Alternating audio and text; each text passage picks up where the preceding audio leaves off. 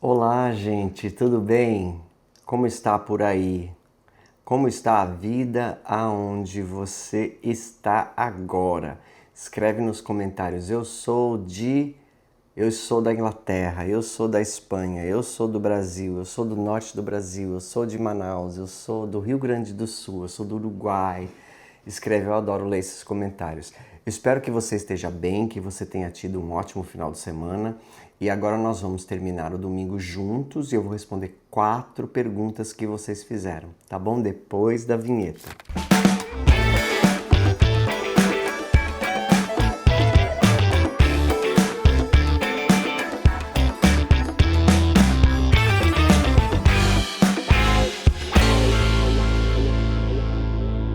Então vamos lá. Olha, essa semana eu vou te dizer uma coisa para você. Olha só, te dizer uma coisa para você, né? Para mim o pior escutar no português assim, eu não tenho português correto. Até aquela moça do Instagram, como que ela chama? Aquela que faz os vídeos de português. Cíntia Chagas? Alguma coisa assim, eu acho que é a Cíntia. Ela disse assim, ninguém fala o português 100% correto. Ninguém fala o português 100% correto, nem eu. Nós tentamos deixar ele um pouco mais elegante, falar um pouco melhor, tudo, mas a língua coloquial é diferente da língua escrita. Tem coisas que você escreve que se você falar, fica parecendo que você é doido. Então nós dizemos a gente vai, a gente compra, essas coisas assim.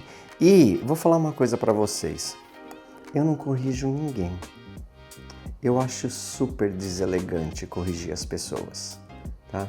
É super deselegante corrigir as pessoas. Então Renato, eu não corrijo ninguém. Lá na escola que eu dava aula no Brasil, 2 professoras de português, inclusive os e-books que eu escrevi e a revisão do meu blog, que um dia a gente vai publicar um livro, eu dei para uma delas corrigir para mim assim, mas quando nós estávamos na sala dos professores durante 9 anos que eu trabalhei na escola, eu nunca vi essas professoras de português corrigindo nenhum dos outros professores do jeito que eles falavam.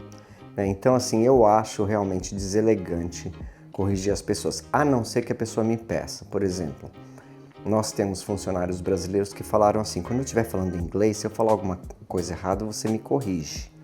Então, aí eu corrijo. Eu falo, olha, não é assim que você pergunta. Did you went? Went já é passado. Did you go? Então, assim, aí eu corrijo. Mas, no português, eu não corrijo ninguém. As pessoas falam do jeito que elas quiserem. Eu acho que é até muito bonito essa diversidade.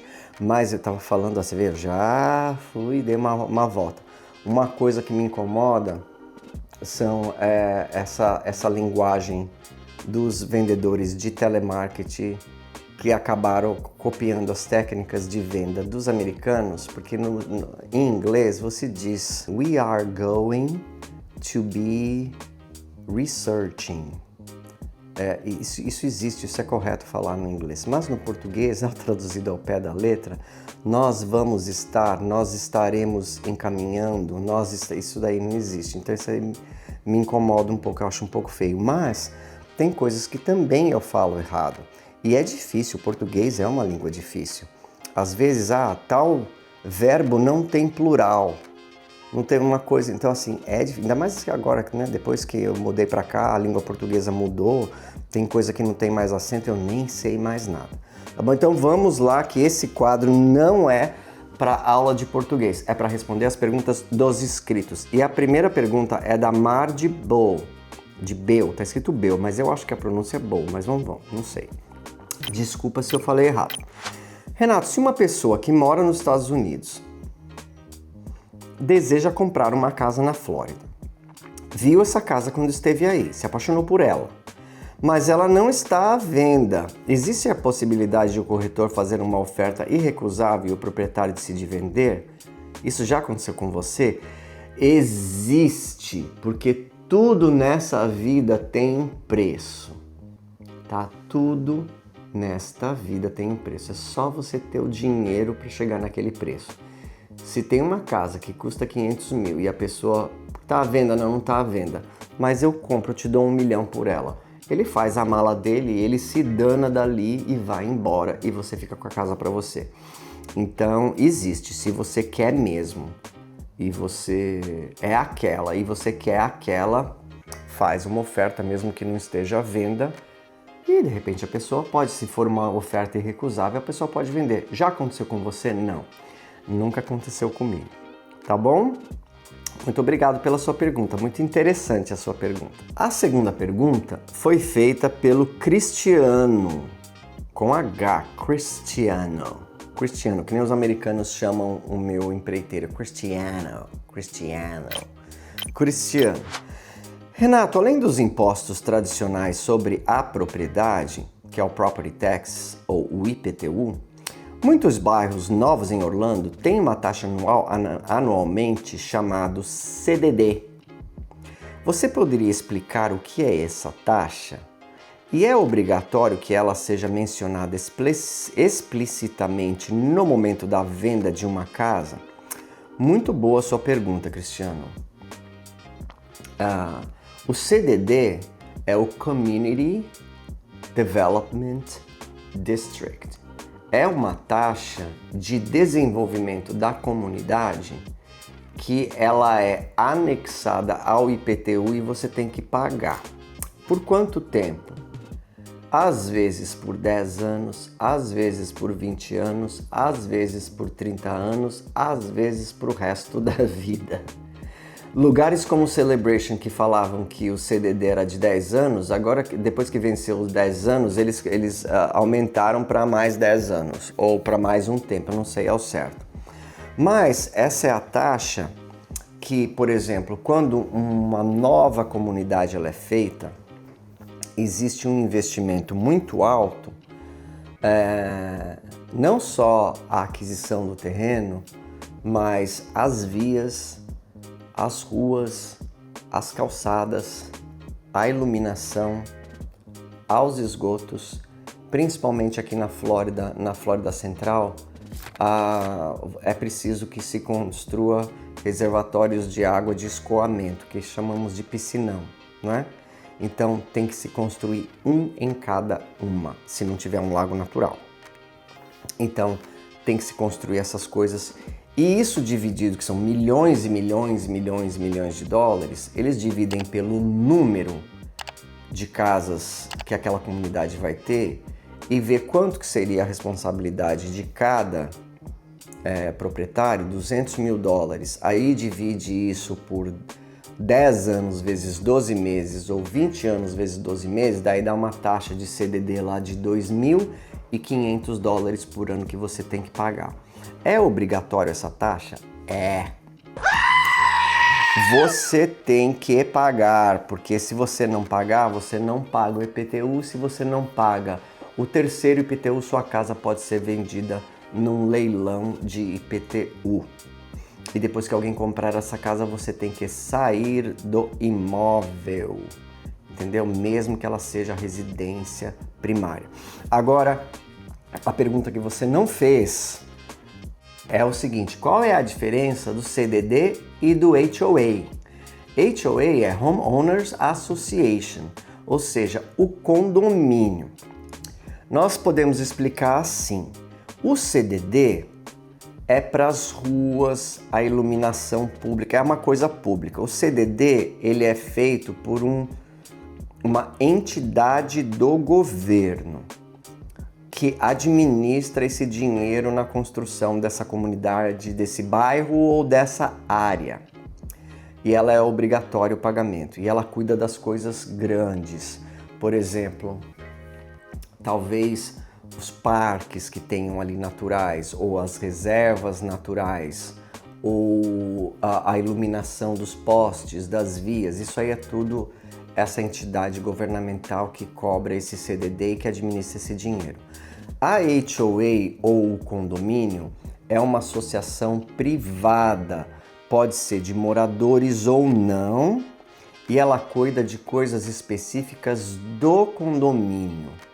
Ela cuida da clubhouse, ela cuida do parquinho das crianças, ela cuida da piscina, da academia, do salão de jogos, das áreas de churrasco. No caso das townhouses, ela vai cuidar da pintura externa, do telhado. Alguns condomínios cuidam do jardim da frente, o jardim do fundo é a responsabilidade do proprietário e coisas assim. A HOA também reduz ou limita o que cada proprietário pode fazer. Eu quero pintar a minha casa de cor de rosa. Você não pode. Eu quero pintar minha casa de azul bebê, laranja. Não pode. Tem que submeter a cor, a HOA vai ver e vai dizer se pode fazer ou não. Então, assim, comunidades que têm HOA, elas são mais restritas. É ruim isso? Em certos aspectos, não. Porque lugares onde não tem uma HOA ou não tem um condomínio, as pessoas estacionam trailer na rua, barco na frente da casa, deixam ali uma máquina de lavar estragada, 200 bicicletas e não sei o que, e deixa o bairro feio. Ou, por exemplo, onde tem condomínio, geralmente no meu condomínio, não se pode colocar o lixo no domingo para coleta na segunda-feira antes das 18 horas do domingo. Por quê? Porque o bairro fica feio com aquele monte de tambor na rua. Então as pessoas vão caminhar no domingo com seus cachorros, com os seus bebês, as crianças vão andar de bicicleta, esses lixos têm que estar dentro da garagem. E depois eles são colocados para o lixo à noite, depois das 18 horas. Agora, se não tem HOA, todo mundo faz quase o que quer. Não é também tudo o que quer, porque a prefeitura também pode vir, se alguém reclamar. Por exemplo, lá na minha casa de downtown, não tinha HOA, não tinha condomínio. Então, assim, tinha uma casa lá que tinha uns homens que tinham uma barba enorme, assim. Eu e o André, a gente chamava eles dos Caverna. Eram os Capitães Cavernas. Capitão Caverna! Lembra? E eles tinham uma barba assim bem comprida, assim que até o umbigo. E na frente da casa deles, às vezes tinha assim umas 20, 30 bicicletas, tudo à venda, escrito assim, à venda. E ficava lá, e ficava tomando chuva, e aquilo ficava enferrujado. Outro vizinho abriu uma mecânica na garagem dele, então ficava um monte de carro quebrado estacionado lá, e ninguém pode falar nada, entendeu? Mas, por exemplo, quando a minha ex-sogra começou a parar o carro dela em cima da grama, veio a prefeitura e mandou um notice que ela não podia estacionar o carro em cima da grama. Algum vizinho se sentiu incomodado, dedou, a prefeitura foi lá e falou. Se a grama chegar muito alta, algum vizinho se incomoda, manda para a prefeitura vai lá e dá um aviso. Deu o aviso, você não resolveu, isso vira uma multa, tá? E agora tem lugares que não tem nem CDD nem HOA. A minha casa de downtown não tinha nem HOA nem CDD. Tem as vantagens, tem as desvantagens. Agora tem lugares que tem CDD e HOA. E você tem que pagar os dois. Você tem que pagar os 2.500 por ano, que dá mais ou menos os 200 por mês, e você tem que pagar o condomínio mensal. Na minha casa agora o condomínio mensal é 60, né? Mas se for uma casa de temporada, um condomínio de temporada, um resort, que tem piscina, toboágua, restaurante, simulador de surf, isso aqui, pode chegar a $700 por mês, tá bom? Muito obrigado, Cristiano, da sua pergunta. Muito desafiadora, né? E muito instrutiva para as pessoas que assistem o canal, tá bom? Ah, esqueci de responder. É obrigatório que ela seja mencionada explicitamente no momento da venda de uma casa? Existe um documento que significa HOA Disclosure, né? HOA Disclosure. Disclosure é assim, você tem que dizer as coisas importantes que são cobradas tanto pelo condomínio, e ali tem um campo específico que tem que dizer que existe um CDD de tanto por ano. Se não tiver escrito, o que pode acontecer? Pode acontecer que no momento que você descobriu que tem, você tem direito de cancelar o contrato e receber o dinheiro do calção de volta. Tá bom? Muito obrigado, Cristiano. Pergunta número 3, feita por Massada. Vamos lá, Massada. Desculpa, não é amassada, tá? Falei, vamos lá, Massada. Renato, você poderia falar sobre os prós e contras do Bela Colina? Nossa, os construtores e os developers do Bela Colina talvez fiquem chateados comigo. Vamos lá. Você quer a boa notícia ou a má notícia primeiro? Não, eu tô brincando. Vamos falar sério. O Bela Colina, a primeira vez que eu ouvi falar do Bela Colina foi em 2015. Eu estava fazendo o curso de 45 horas, que é depois que você tira a licença, você tem 2 anos para fazer um outro curso de atualização, e aí você tem que fazer a prova da escola e você tem que passar, e esse atestado, esse certificado tem que ir para o estado dizendo que você fez o curso e passou na prova. Nesse curso, o professor falou que o sonho dele era comprar uma casa no Bela Colina, que ele ia comprar uma casa no Bela Colina. Foi a primeira vez que eu ouvi falar do Bela Colina. O Bela Colina já está em construção há bastante tempo. Eu não sei quanto tempo, talvez uns 10. Se eu ouvi em 2014, pelo menos 10 anos. Talvez lá tinha uns 3 anos, então talvez uns 15 anos, eu não tenho certeza. Você já teve cliente que quis comprar casa no Bela Colina? Já. Você levou? Ele comprou? Levei. Ele comprou? Não comprou.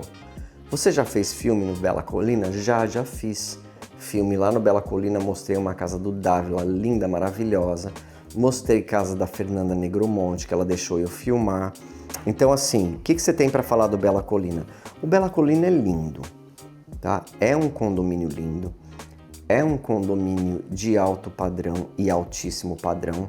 Aquelas casas que tem fundo para o lago Apópica são maravilhosas, custam uma fortuna, milhões de dólares. Até os apartamentos que eles construíram, hoje deve custar assim, o mais barato, de 2 quartos, 2 banheiros, $500 mil, ou até mais. E tem umas casas que são sobrados que você consegue encontrar até por $800 mil, mas tem de 1 milhão, 1,5 milhão e por aí vai. Então, assim, é um condomínio de altíssimo padrão. É bonito? É bonito. É lindo. Vai lá e assiste o vídeo que eu fiz do Bela Colina. A Clubhouse é uma coisa linda. Ela é baseada naquelas vilas italianas da Toscana. Então, assim, é super bonito. Tem lá também, você pode ser sócio do clube de golfe. Eu não sei se custa $100 mil, $200 mil. É lógico que se eu tivesse um cliente agora, eu ia pesquisar tudo de novo para dar as informações mais atualizadas. Mas como eu nunca... É raríssimo eu ter um cliente que chega para mim e fala, eu quero Bela Colina. No momento eu não estou tão atualizado. Eu sei que tem muitos brasileiros lá, tá? Tem muitos brasileiros lá. Então, assim, mas é um tipo de vida que é específico para aquela pessoa, né? Porque, por exemplo, é um condomínio de luxo afastado. Ele é mais afastado, ele é mais isolado. Ele fica do lado de Monte Verde, que não é uma cidade riquíssima. A escola de Monte Verde é muito boa, mas é como um Interpark, tem opções de restaurantes, gourmets, do próprio dono. Não. Você vai no supermercado, a população é bonita? Não. Entendeu? Você vai no supermercado de uma cidade mediana, quase uma cidade pobre, né? Uma cidade de classe média mesmo. Mas assim, o estilo de vida das pessoas que moram lá, eu não acho nem que essas pessoas vão no supermercado. Eu acho que quem vai ao supermercado são os empregados mesmo. Então, assim, é uma vida reclusa num condomínio fechado de luxo que precisa se identificar para entrar, que tem portaria. E se você quiser sair lá para fazer outras coisas, para ir na Disney, para ir jantar em Interpark, para ir lá, é uma viagem, né? Fique sabendo disso. Acho que é a única coisa negativa, o contra que eu posso dizer do Bela Colina, é a distância. Mas que é bonito, eles têm esse nome por causa das colinas de Monte Verde. Tá bom? Muito obrigado, Massada, pela sua pergunta. Gostei bastante. E a última pergunta de hoje. Renato, como é conciliar a vida pessoal com a rotina intensa de corretor de Orlando? Vida pessoal? O que é vida pessoal? Ah, o que você faz no final de semana? O que é final de semana? Não tô entendendo. Olha, a nossa vida pessoal é das 6 da manhã às 7 e das 7 da noite às 9h30, até a hora que eu vou dormir. Então, assim, eu tenho 3 horas de vida pessoal. Dessas 3 horas de vida pessoal que eu tenho que lavar roupa, eu tenho que pôr a roupa na secadora, eu tenho que cuidar dos 3 cachorros, eu tenho que fazer comida, alimentá-los, dar banho neles, lavar as coxas, porque como eles estão de idade, eles às vezes fazem o pipi sai sem querer e eles fazem ali no pipete de bebê, que é impermeável com um cobertorzinho por cima. Aí eu tenho que tirar esses cobertores, lavar, trocar por novos. Graças a Deus eu tenho uns 10. Então a gente põe lá e lava, e aqui nos Estados Unidos é uma maravilha, porque você lava e seca e fica lindo, cheiroso em menos de 2 horas. E depois eu tenho um tempinho assim para jogar um joguinho no meu telefone, assistir uma série, sentar um pouco lá no sofá com meu marido. A gente gosta muito de séries, então na hora que termina outra a gente procura outra para começar, e termina outra a gente procura outra para começar. Sabe qual foi a última que nós assistimos ontem? Foi o último capítulo, foram 6 capítulos. Nós assistimos o Cuco de Cristal, que é uma série espanhola, assim de serial killer, não? De suspense e crime. Crime e suspense. A gente gosta muito de crime, de suspense e drama. Quando o Alex quer assistir alguma coisa de comédia, porque assim, a comédia dos Estados Unidos é uma comédia mesmo, né? Só eles que entendem, só eles que dão risada. Às vezes não. Por exemplo, um seriado como Friends era uma sitcom, né? Uma comédia do momento ali. Cada episódio era diferente.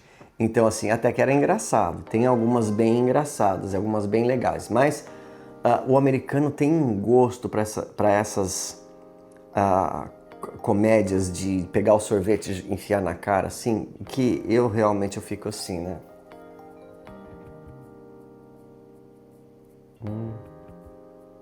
Entendi.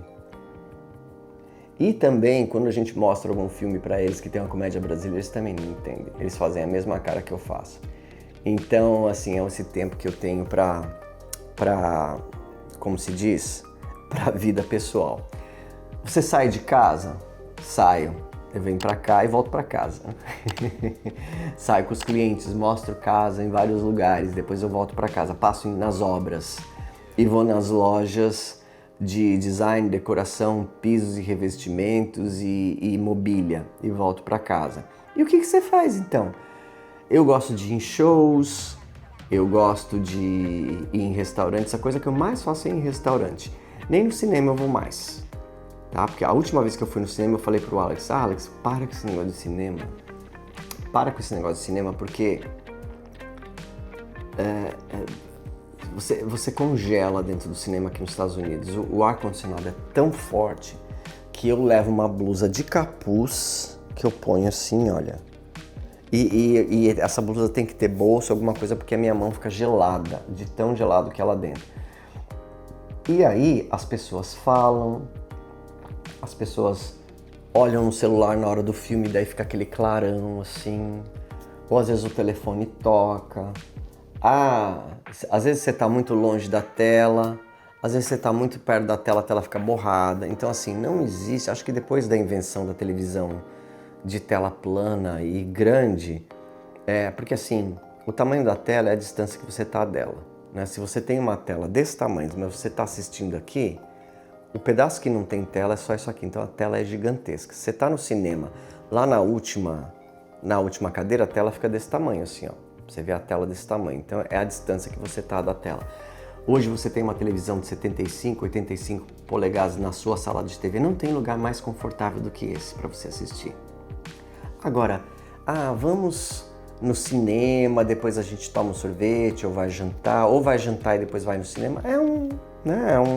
Por exemplo, eu fui assistir, a última vez que eu fui no cinema agora, eu fui assistir o filme do Downton Abbey, o número 3 e último da série que eu assisti às 6 temporadas. Então, agora, a sua pergunta não foi nada disso, a sua pergunta não foi o que eu gosto de fazer, o que eu faço, a sua pergunta é como é que eu concilio a rotina com a vida pessoal. Então eu vou responder agora a sua pergunta. Eu tenho uma agenda, eu uso a agenda do Google, né? Porque é muito mais fácil, se conecta com tudo. Então, eu tenho a minha agenda aqui, e olha só a minha agenda do mês passado. Isso aí, ó, todos os dias, todos os compromissos. Então, assim, quando no começo da minha carreira, ou teve partes que foi bastante ocupado, depois, por exemplo, na época da pandemia e tal, eu acho que quando eu era um corretor como os outros que não tem mídia social, tinha um período mais ocupado no começo do ano. Depois de agosto, eu ficava quase que de férias uns 4 meses. Mas como eu tinha vendido bem e ganho bem, eu tinha dinheiro até para mais 1 ano e meio, 2.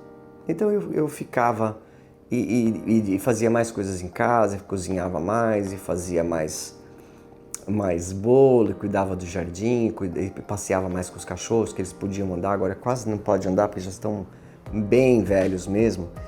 Então agora, depois que eu abri a social media, que eu criei o canal do YouTube, que eu expandi o escritório e que triplicou o número de reformas, e triplicou o número de decorações, e triplicou o número de vendas, então agora sim, a minha agenda tem que ser muito bem organizada. Por isso que eu tive que contratar um assistente pessoal, porque eu não dou conta sozinho. Eu sou workaholic, eu sei, eu trabalho 10 horas por dia e eu tô sempre fazendo alguma coisa. Mas, e não é só trabalho daqui, né? Chega em casa, você continua trabalhando. Você lava, você passa, você cozinha, tal, então você trabalha. Então, assim, eu não consigo dar conta de colocar tudo na agenda, de falar com todo mundo e de responder todas as mensagens. Então, assim, eu tive que tirar o meu telefone da internet. Porque, assim, eu não aguentava acordar de manhã e ter 120 mensagens do WhatsApp, entendeu? Sendo que desses 120 eram 10 clientes e um monte de outras pessoas querendo só conversar comigo ou às vezes pedindo dinheiro. Então eu tive que contratar um assistente, eu tive que dar um telefone para ele, eu tive que pedir ajuda para ele ler meus e-mails, ler as mensagens, ler o Instagram, postar no Instagram, postar no YouTube e separar os clientes e começar a agendar. Então assim, o Ricardo, meu assistente, ele é o dono da minha agenda. Ele é a pessoa que cuida da minha agenda. Quando a pessoa fala assim, quando que eu posso te ver? Eu falo, tá aqui o contato do Ricardo, vê com ele, porque é ele que sabe. Aí o Ricardo olha, por exemplo, hoje eu falei com o Ricardo, o Ricardo falou assim, tem uma pessoa que quer fazer uma reunião, tal, não sei o que. Eu falei, marca, não, você não pode. Não, amanhã você não pode. Depois você não pode. Eu falei, quando que eu vou poder? Ele falou, você vai poder dia 20, dia 8. Depois do dia 20 você pode. Então, é muito bem organizado. E depois de um certo horário, eu pego este telefone, por isso que não adianta quem tem o meu telefone pessoal me mandar mensagem 8 horas da noite, porque eu pego este telefone, eu coloco ele no carregador, eu abaixo o volume dele e aí eu tenho um telefone pessoal de emergência e aí eu vou viver. Eu vou assistir televisão, eu vou brincar com os meus cachorros, eu vou lá fora, eu vou nadar, eu vou entrar na jacuzzi, eu vou falar no telefone com o meu pessoal, com os meus amigos, eu vou olhar um pouco no Instagram, eu vou assistir YouTube, coisas de design, etc e tal.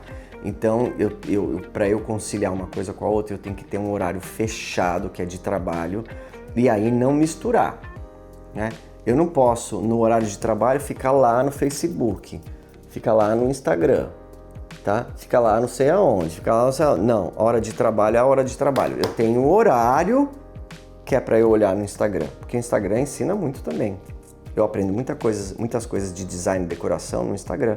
Eu fico sabendo de muitos fornecedores disso, daquilo pelo Instagram. Pesquisa, eu pesquiso no Google e no Instagram.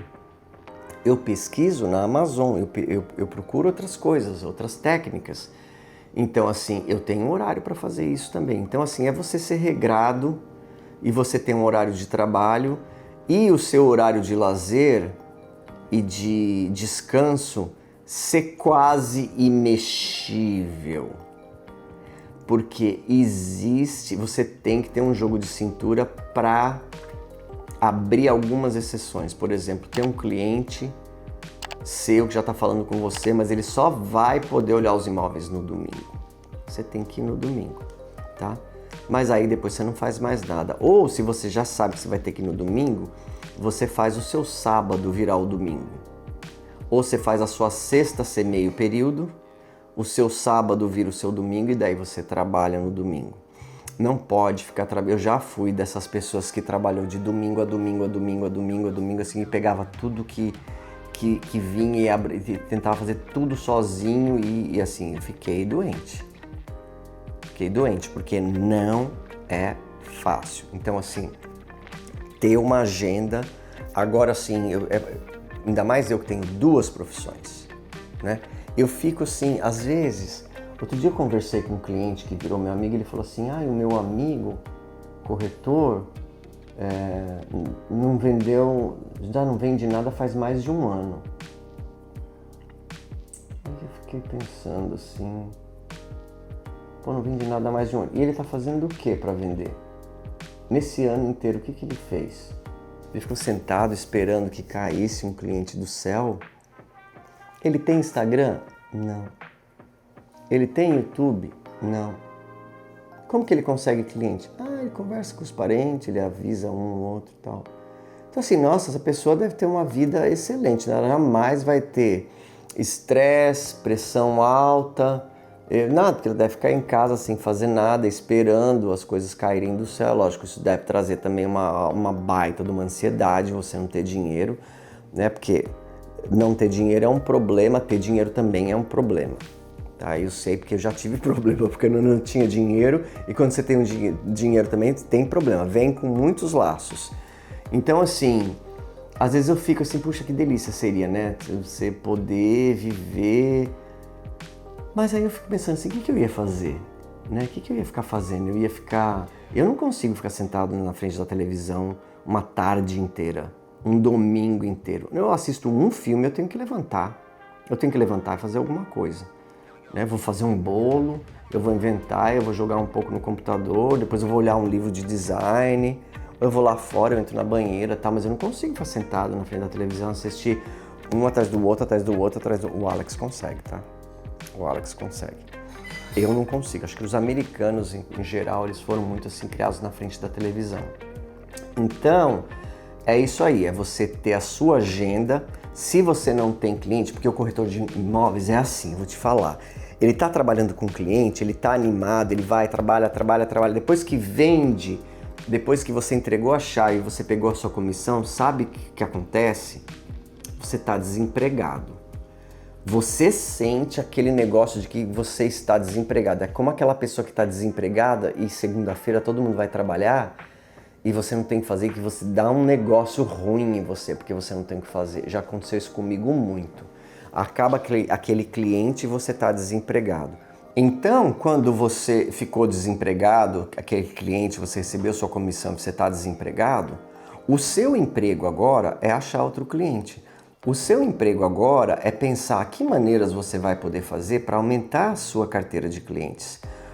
Se você está desempregado, não é hora de você ficar indo no supermercado fazendo isso, você tem que fazer isso depois do horário de trabalho. Você está desempregado, o seu emprego é procurar emprego. Então, das 8 da manhã às 18, enquanto todo mundo está trabalhando, o seu trabalho é esse. O seu trabalho não é ir no mercado, depois ir não sei aonde, depois ir lavar o carro e ficar esperando que o emprego caia do céu. O seu emprego é procurar emprego. E se você não estiver fazendo isso, você deve estar pensando em que maneiras, ou pesquisando, ou estudando, ou fazendo alguma coisa para que a sua vida melhore no futuro. Tá, eu estou desempregado, eu vou estudar, fazer esse curso aqui para ficar melhor? Ou eu vou no mercado, vou viajar, vou para casa da minha tia, no interior, vou passar uma semana lá. O que vai ajudar você a arrumar emprego? É aqui ou é ali? E aí você escolhe. Então, depois que você chega num ponto como eu, que eu não tenho mais opção de, se eu deixar, eu trabalho todo dia, o dia inteiro e a noite inteira, aí você tem que colocar um limite, você tem que colocar uma linha e você tem que bloquear o seu calendário e você tem que desligar não vou falar porcaria, porque não é porcaria, ajuda a gente muito, mas você tem que desligar o telefone, abaixar o volume, deixar lá, esquecer e usar a sua mente para outra coisa e ter aquele período de descanso. E aí é a sua vida pessoal ali, tá bom? Muito obrigado da sua pergunta, adorei a sua pergunta. E agora, Vicente, acabou, Vicente, sinto muito. Mas semana que vem a gente volta, tá bom? Espero que você tenha gostado do episódio de hoje. Se inscreve aí no canal se você não é inscrito, deixa sua curtida e seu comentário e a gente se vê na quinta-feira, tá bom? Um grande abraço e eu vejo vocês quinta. Tchau, tchau.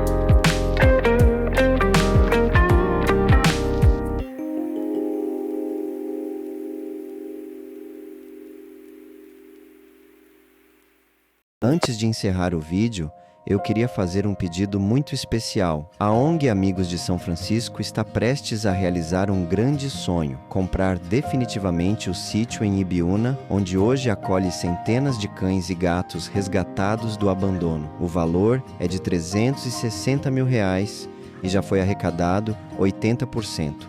Agora falta apenas 20% para que esse lar seja realmente deles.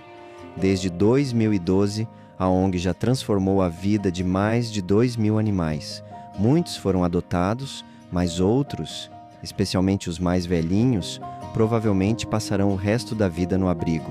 E é justamente por eles que essa conquista é tão importante. Se o sítio não for comprado, todos correm o risco de perder o único lar que têm. Por isso, eu peço a sua ajuda. Não importa o valor, qualquer contribuição faz diferença. A sua doação pode significar dignidade, segurança e amor até o último dia de cada um desses animais. Vamos juntos unir forças e transformar esse sonho em realidade.